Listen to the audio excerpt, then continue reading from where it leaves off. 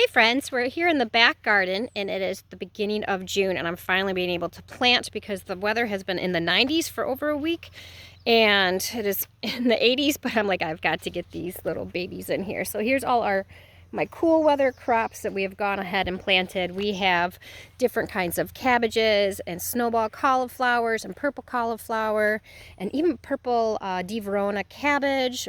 And we've got broccoli, Waltham broccoli, and early green broccoli. Some of all my favorites that I knew do really good back here. And then we also have my famous purple potted pole bean trellis as well. So we planted them this morning.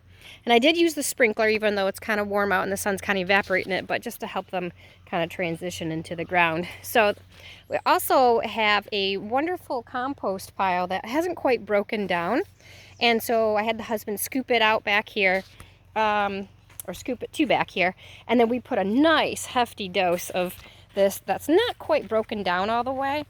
There's some large pieces of wood and stuff in it still, but it looks really good. And so I'm using it as a top dressing mulch around each of the plants to help retain moisture back here because there's a lot of clay, and also just kind of help protect them and give them the extra nutrients. And the reason why I did not till in the woody mulch is because it will, when the wood breaks down, it causes, it depletes the nitrogen, I believe. So I don't want to till it in. But on top, it's just fine for it to break down all summer long and help the plants out. So that's what we got going on here. Pretty excited for it. And then I'm going to let it dry out a little bit, and then I'm going to sprinkle, after it dries out, I'll sprinkle DE around each of these guys, just to kind of help the bugs.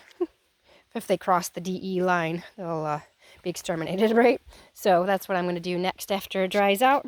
Can't put the DE on anything wet, or it'll just basically make it null and void. So I'll do that. There's the back garden.